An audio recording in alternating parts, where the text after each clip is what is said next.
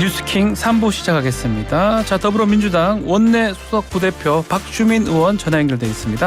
안녕하십니까, 의원님? 네, 안녕하세요. 네, 자, 어제 본회의에 이동관 위원장 탄핵안이 보고가 됐고, 자, 민주당이 이제 오늘 처리를 하려고 하는데, 민주당한테 이동관 위원장 탄핵안은 어떤 의미입니까? 일각에서는 총선까지 시간 벌기용이다 이런 얘기도 있습니다. 많은 분들이 이제 이동관 방송통신위원장이 네. 불법적인 수단 등을 동원해가지고 방송을 장악함으로써 민주주의를 훼손하고 또 언론의 자유를 침해하고 있다라고 보고 있습니다. 네. 민주당 역시도 같은 시각을 가지고 있고요. 그래서 국회가 가지고 있는 권한을 통해서 그런 행위들을 하지 못하도록 만들고 결과적으로 이제 탄핵 되도록 만들려고 하는 것입니다. 네. 저 뭐 한동훈 장관은 탄핵 어차피 안 될 거다 또 이렇게 얘기도 하더라고요. 사유가 없다 아니면 부족하다 이런 취지로 들리기도 하고. 이동관 방송위원장에 대해서요? 예. 이동관 방송위원장 같은 경우 저희들은 탄핵 사유가 넘친다고 보는데요. 아, 그렇습니까? 예. 그 탄핵을 하려면 그래도 직무를 수행한 이후에 해야 되는 거 아니냐라는 게 좀 국민의힘 입장 같거든요.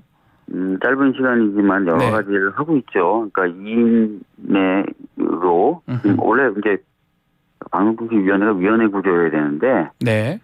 그리고 중립성과 독립성이 보장되도록 국회 추천 몫이라든지 이렇게 해서 균형 대표가 구성되어서 운영돼야 되잖아요. 그런데 지금 2인 체제로 여러 가지 결정을 내리고 있고 밀어붙이고 있는 상황. 원래 5명인데 단둘이 앉아서 이렇게 결정하는 그런 그렇죠, 부분도 탄핵 그렇죠. 사유다 이 말씀인가요? 네, 그 자체도 저희들이 봤을 때는 방송법을 위반한 것으로 보고 있습니다. 네. 자, 어쨌든 국민의힘 의원들이 어제부터 연좌농성 벌이고 있습니다. 네, 오늘 아침에 와봤더니 많이 계시더라고요. 아, 오늘 본회의가 열리면 탄핵이 예정대로 표결 처리되는 겁니까? 네, 어제 이제 탄핵안 보고가 이루어졌고요. 네. 다 아시겠지만 탄핵안의 경우에는 국회에 보고되면 24시간이 지나면 이제 표결할 수 있는 단계로 들어가지 않습니까? 네. 그러니까 오늘 오후에 이제 국회가 본회의가 열리면 탄핵안이 이제 안건으로 자동적으로 올라가게 됩니다. 네. 그러면 저희들은 이제 표결을 하면 되는 것이고요. 네. 윤재욱 원내대표는 민주당과 국회의장의 75년 의정사 폭거다 이런 발언을 했습니다. 그렇지 않습니다. 그러니까 어제와 오늘 본회의의 경우에는 네. 이미 양당 원내대표 간에 합의된 일정이었고요. 특히 이제 서명된 합의서까지 존재하는 합의된 일정입니다. 그리고 저희가 탄핵안을 제출하는 과정에서 절차를 위반하거나 법을 위반한 게 아무것도 없어요. 법에 따라서 발의가 됐고 보고가 됐고 또 24시간이 지난 오늘 같은 경우에 지금 안건으로 상정돼서 이제 표결 처리되는 것이라서 절차 위반이라든지 합의 위반이라는 게 아무것도 없습니다. 그래서 폭거라고 얘기할 수 없고요. 네. 오히려 이런 정당한 절차, 적법한 절차 진행을 막으려고 법사위를 일방적으로 파행시켰죠. 그런 게 폭거죠. 그게 폭거다? 국민의힘 네. 하는 게 폭거다 이 말씀인가요? 그렇습니다. 그리고 지금 합의된 본회의 일정을 무산시키기 위해서 뭐 농성이라든지 또는 의장님이 의장실에서부터 나오지 못하도록 복도를 점거한다든지 이게 오히려 폭거죠. 예. 예산안 하기 위해서 만든 본회의 아니냐 이런 주장을 하던데요. 예산안 심의 처리. 아까 말씀드렸던 여야 원내대표 간의 네. 합의서를 보시면 11월 30일, 12월 1일은 예산안을 처리한다 이런 문구가 전혀 없습니다. 문구가 없군요. 예. 그리고 통상적으로 11월 30일, 12월 1일 잡는 것은 예산안 처리를 위해서 잡는 건 맞는데요. 네. 국회 선진화법이 통과되고 난 후에 4번 정도 예산안이 기한을 넘겨서 채택이 됐는데 예. 11월 30일과 12월 1일 그럼 예산안이 기한이 넘길 때 이 날짜를 아무것도 안 했냐. 다 법안 처리 등 안건 처리 등을 했더라고요. 따라서 뭐 예산안 처리를 위한 날이다. 이것도 맞지 않고 예산안 처리를 위한 날이라 하더라도 아무런 안건을 처리하지 하면 안 된다. 예산안 말고는 이런 논리도 성립하지 않습니다. 네. 자, 방통위가 어제 YTN하고 연합뉴스 TV 최대 주주 변경 승인을 보류를 했습니다. 네. 이거는 어떻게 봐야 됩니까? 이 탄핵안하고 관련이 있다고 봐야 됩니까? 저는 상당히 관련이 있다고 보는데요. 굉장히 속도를 냈었지 않습니까? 예. 그랬다가 갑자기 신중 모드로 돌아섰어요. 바로 전날 이제 다 처리할 것처럼 보이다가. 네. 예. 그리고 아시다시피 최대주주 변경 승인 절차 같은 경우에 네. 굉장히 속도를 내서 일주일 만에 심사를 해라 이렇게 밀어붙이는 단계였지 않습니까? 네. 그러다 탄핵안이 이제 발의되고 가시화되고 처리가 임박하니까 갑자기 신중 모드로 돌아서서 네. 태도 변화가 있는 것으로 저희들은 보여지고요. 저희들이 봤을 땐 보여지고요. 그렇다면 이것은 저희들이 시도하는 탄핵이라든지 이런 부분과 무관하다고 보기는 어렵겠죠. 네. 그러면 그게 좀 탄핵안을 이렇게 제출하고 이러니까 어느 정도 긍정적 효과가 있다고 보는 겁니까? 본인으로서는 이동관 네. 방통위원장 입장에서는 탄핵 사유를 더 축적하고 싶지는 않겠죠. 그죠? 예. 네, 그런 어떤, 방어적인 태도라고 보여지고요. 저희로서는, 다른 거 다 떠나서, 네. 탄핵안과 연관성이라든지 이런 거 다 떠나서, 결과만 놓고 봤을 때, YTN이라든지 연합뉴스TV의 최대주주가 변경되는 그 과정과 네. 또 새로 최대주주로 될 기업들의 부적절성에 대해서 저희들이 계속 문제제기 해왔기 때문에 네. 여러 가지 어떤 과정과 절차 다 떠나서 이 결과만 놓고 본다면 지금 현재 이 상황은 나쁘다고 말할 수는 없다. 이렇게 말씀드려야 되겠네요. 네. 자, 김건희 특검법. 네. 22일 이후 본회의에서 상정이 되는 겁니까? 10월 24일부로 이미 부의간주가 되어 있어요. 그렇죠? 그렇기 때문에 12월 22일까지가 법정 기한입니다. 사실은 그걸 넘기면 안 돼요. 네. 네, 넘기면 안 되기 때문에 저희는 정기국회 내 그리고 이미 합의된 본회의 일정이 있는 때에 처리돼야 된다는 게 저희들의 입장이에요. 아하. 그래서 저희가 10월 24일 아까 말씀드렸던 예. 부의간주된 시점 이후부터는 계속해서 의장님께 이건 상정돼야 됩니다라고 말씀을 드리고 있어요. 왜냐하면 네. 그게 법의 취지에 맞거든요. 예. 네. 그러면 상정이 안 될 수도 있고 될 수도 있고 이런 상황인가요?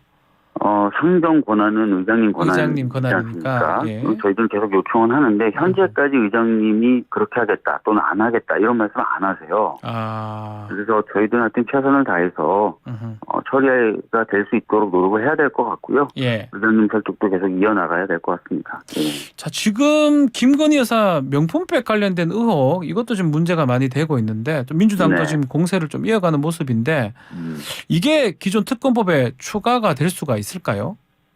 기존의 특검법은 잘 아실 예. 것 같은데 도이치모터스 주가 조작 사건으로 한정되어 있습니다. 네.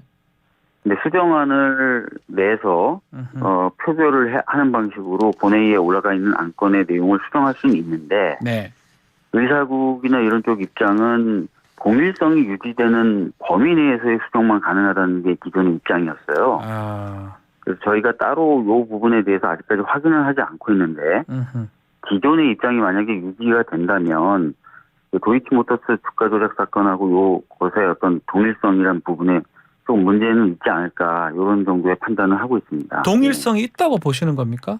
아니요. 사실 동일성이 있다고 보기에 좀 어려운 부분이 그 있다는 부분 때문에 거죠. 같이 하기에는 조금 쉽지는 않다. 그렇지만 또 더 검토를 해보겠다 이 말씀이네요. 네네네. 자, 어쨌든 국회 본회의에서 이종석 헌법재판소장 후보자 임명 동의안 처리를 했습니다. 네네네. 이거는 좀 제가도 했고 21일 만에 헌법상 공백이 좀 해결됐다 이렇게 봐야 되겠네요. 예, 사실 이 부분도 저희는 매우 안타까운데요. 안타까운 부분입니까? 11월 23일 같은 경우에 예. 저희가 헌재 소장 관련된 부분도 처리를 하겠다라고 말을 했고 또 그것을 국민의힘 쪽에 전달했는데 네.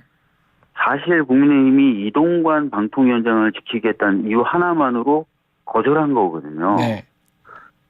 그러니까 지금까지 보면 사법부의 공백, 특히 그중에서 헌재 소장의 공백에 대해서 굉장히 많이 걱정하는 모습을 보여줬지만 실질은 그와 달랐다는 것이고 오로지 이동관 위원장, 방송통신위원장 지켜야 된다는 그 목적 하나로 법안도 안 하고 헌재 소장도 안 하고 예산도 안 하고 그러니까 얼마나 이 이동관 방통위원장이 이 정권과 여당이 중요한 존재인지 모르겠습니다. 또 국민들이 굉장히 원하는 법조차도 다 발로 차버릴 정도로. 결국 이렇게 공백이 생긴 게 그 이동관 때문이다 이렇게 보시는 건가요? 아니 실제로 저희가 하자고 했지 않습니까? 네. 근데 거절했지 않습니까? 그 이유가 뭐냐면 본회의 열면 이동관 방송통신위원장 탄핵할 거니까 이거지 않습니까? 그러니까 헌재 소장의 공백, 이동관 방통위원장 지키기에 비춰봤을 때 아무것도 아니라는 겁니다. 지금 여당의 입장에서 보면. 예. 네. 자 지금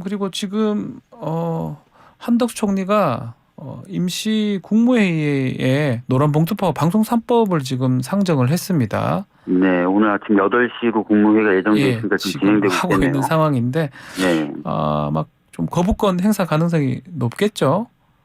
건의를 할 것 같은데요? 제가 지금 보니까 국민의힘, 제가 지금 최근에 국민의힘 굉장히 좀 핵심 관계자 누군지 뭐 말씀을 못 드리는데 물어봤더니 거부권 아마 100% 행사할 거다. 전화 여지 없다. 이렇게 얘기를 하더라고요. 그래서 아마 오늘 거부권을 행사하지 않을까 그렇게 생각됩니다. 자, 거부권을 행사를 하게 되면 뭐 두 법률 아마 두 개는 아니지만 방송 3법하고 노란봉투법인데 민주당 대응은 어떻게 되는 겁니까? 뭐 이제 사실은 이제 거부권 행사라는 게 정확한 용어는 제2요구니까 국회로 넘어오겠죠. 그러면 이제 제2 절차를 밟느냐 마느냐 뭐 이런 것부터 좀 고민을 해봐야 될 것 같은데요. 제2 요구에 대해서 저희들이 표결로 다시 이제 법안을 통과시키려면 200석이 필요합니다. 200석. 예. 3분의 2. 200석이 필요한데 그렇습니다. 그런데 저희가 사실 뭐 최대한 모아도 181나 182입니다. 그러니까 저희뿐만 아니라 뭐 정의당, 기본소득당, 뭐 진보당, 무소속 다 모아도 최대한 모아도 한 182, 많이 모으면 한 183 정도 되는데 하여튼 그런 현실적인 어려움 뭐 이런 것들을 놓고 좀 고민을 해봐야 될 것 같고요. 아니 무엇보다도 저는 이 노란봉투법 같은 경우는 그동안은 생성되었고 축적되었던 법원 판례를 그냥 입법한 거거든요. 그래서 법원행정처가 국회로 보낸 의견서에도 딱 그 내용이에요. 특별한 법이 아니다. 이거는. 그럼에도 불구하고 거부권 행사한다. 이건 좀 납득이 안 되고 방송 3법 같은 경우도 방송의 자유라든지 독립 이런 것들 보장하기 위해서 그동안 오랫동안 얘기되었던 법인데 이거 거부권 행사하는 것도 좀 이해가 안 돼서 뭐 거부권 행사 안 했으면 좋겠다. 이런 말씀도 좀 드리겠습니다. 자, 지금 또 총선도 이제 얼마 안 남았는데 최근에는 선거법으로 또 당내가 좀 떠들썩한 것 같습니다. 이재명 대표가 병리평으로 회귀하겠다. 이거 시사를 하면서 좀 말들이 나왔던 것 같은데 어제 의총에서 좀 토론을 좀 했습니까? 이거 관련해서? 네, 어제 의총에서 여러 이야기들이 나왔어요. 어제 거의 한 3시간 반 가깝게 의총이 진행된 것으로 제가 알고 있고 저도 현장에 쭉 있었는데 상당히 다양한 이야기가 나왔던 건 사실입니다. 분위기가 어땠습니까? 어떻게? 분위기는 굉장히 차분했어요. 저희는 사실은 그 원내지도부는 혹시나 여러 가지 좀 이유로 과열되는 것 아닌가를 은근히 걱정은 했습니다. 근데 발언하신 분들이 굉장히 많았고 다양한 이야기가 나왔음에도 불구하고 아주 차분하면서 논리정연한 말씀들이 이어져가지고 지도부도 아마 여러 가지 고민하는데 상당히 도움이 되는 의총이었을 것 같습니다. 거의 좀 반반으로 나뉘어진다는 뭐 이야기가 있던데 혹시 기억에 남는 내용이 있을까요? 의원님께서? 다 어떻게 보면 이제 당을 위하고 또 민주주의를 위하고 또 험지에서 고생하시는 동지들을 위하고 이런 말씀드렸어요. 그래서 진짜 어제 같은 경우에는 모든 분들의 발언을 참 경청할 만한 가치가 있는 발언들이었고요. 굉장히 아까도 말씀드렸던 것처럼 차분하면서도 논리정연한 주장들이 이루어졌던 날입니다. 자, 이제 연동형이냐, 이제 병립형이냐, 자, 이런 얘기인데 이게 지금 결국은 지도부 특히 이제 이재명 대표가 마지막으로 결정을 좀 해야 될 것 같은데 특히 병립형으로 좀 밀고 나가면 당내에서 또 반발이라든지 갈등이 좀 커지지 않을까요? 이제 조금 더 많은 논의를 거쳐서 결과적으로 이제 지도부의 판단과 또 그 판단에 대한 다시 한번 의총이든 아니면 여러 가지 과정에서의 어떤 승인이나 이런 것들이 있을 것 같은데요. 네. 어느 방향으로 가든 상당히 많은 대화를 거칠 겁니다. 거칠 것이어서 저희들이 이제 하여튼 현명하게 방금 말씀하셨던 것처럼 그런 뭐 여러 가지 어떤 문제 없이 잘 얘기될 수 있도록 노력하겠습니다. 네. 근데 사실상 시간이 그렇게 많지 않잖아요. 시간이 총선이 많지 지금 않을 수는 있는데요. 가장 급한 거는 이제 한숨 저희가 돌렸습니다. 뭐냐면 뭐죠? 지역구 의원 정수와 비례의원 정수를 먼저 좀 정할 필요가 있습니다. 그건 시한이 있어요. 253, 47인데 지금. 그거를 정하는 건 시한이 있습니다. 왜냐하면 그래야 이제 선거구를 획정하고 예비 후보자들이 나는 어디서 뛸 거야를 정할 수 있지 않습니까? 그래서 이제 의장님도 그 부분에 대한 그 강조가 굉장히 있으셨는데 그 부분에 대해서는 어제 의총을 통해서 어느 정도 정리가 됐어요. 그래서 그 의석수는 정해졌습니까? 그래서 그 부분은 이제 저희가 이제 국회의장 쪽으로 홍보를 할 수 있는 단계가 돼 있기 때문에 이제 한 곡이 넘겼고요. 나머지 이제 비례를 어떤 방식으로 선출하느냐는 조금 시간 여유가 있습니다. 그래서 그 부분은 충실하면서도 폭넓은 대화를 가져가야 될 것 같습니다. 알겠습니다. 자, 마지막으로 어제 이재명 대표 그 관련된 재판 봐도 무방할 것 같은데 김용 전 민주연구원 부원장 결과가 나왔습니다. 징역 5년에 이제 법정 구속이 됐거든요. 이른바 이재명 대표의 사법 리스크 이걸 어떻게 봐야 될까요? 글쎄요, 현재 저희들의 입장은 이렇습니다. 그 당시에 특히 이제 경선 관련된 자금 같은 경우에 제가 경선 자금을 관리하거나 그래서 그 내부 사정을 속들이 아는 건 아니지만 제가 들은 바로는 경선 자금이 부족한 상황도 아니고 심지어는 모은 경선 자금을 다 쓰지도 못했을 정도의 상황이었는데 불법적인 경선 자금을 받거나 또는 그것을 모금하거나 할 여지나 이유는 없었다는 거예요. 그렇기 때문에 그 부분은 좀 분리해서 좀 봐주시면 좋을 것 같다는 생각이 드네요. 이재명 대표 부분하고 지금 판결 선고된 거하고는 조금 달리 볼 수도 있다 이 말씀이네요. 네네네. 자, 그거 관련해서 이낙연 전 대표가 이재명 대표 지금 재판 받으러 다니는데 이게 총선에 직무 가능하냐 이 얘기했던데 이 부분은 어떻게 봐야 됩니까? 한간에서 일부 분들이 재판이 많아지고 재판을 또 그렇게 돼서 받으러 가면 당무에 집중하지 못하는 것 아니냐 이런 말씀들을 하시는데요. 저희 당이 그렇게 시스템이 없는 당이 아닙니다. 지금도 잘하고 계시고 특별한 문제 없이 당이 좀 당무가 돌아가지 않습니까? 그래서 너무 이제 그런 걱정하실 필요는 없을 것 같다라는 말씀을 좀 드리겠습니다. 그러면 그거 이낙연 전 대표는 대표도 해봤으면 알 건데 그렇게 발언하는 이유는 뭡니까? 해보셨죠? 네? 이유가 뭡니까? 제가 이낙연 대표님 마음속에 들어가 보지는 않았어가지고. 신당이 가능하냐 이거는 혹시 어떻게 보고 계신지. 어떤 거요? 어떤 거? 이낙연 신당이라는 얘기. 글쎄요. 이낙연 전 대표님도 당을 사랑하시는 분으로서 방금 말씀하셨던 그런 걸 염두에 두고 계시진 않겠죠. 알겠습니다. 오늘 말씀 여기까지 들어야 될 것 같습니다. 박주민 의원님 감사합니다. 네, 감사합니다. 네. 더불어민주당 박주민 원내수석 부대표와 함께했습니다.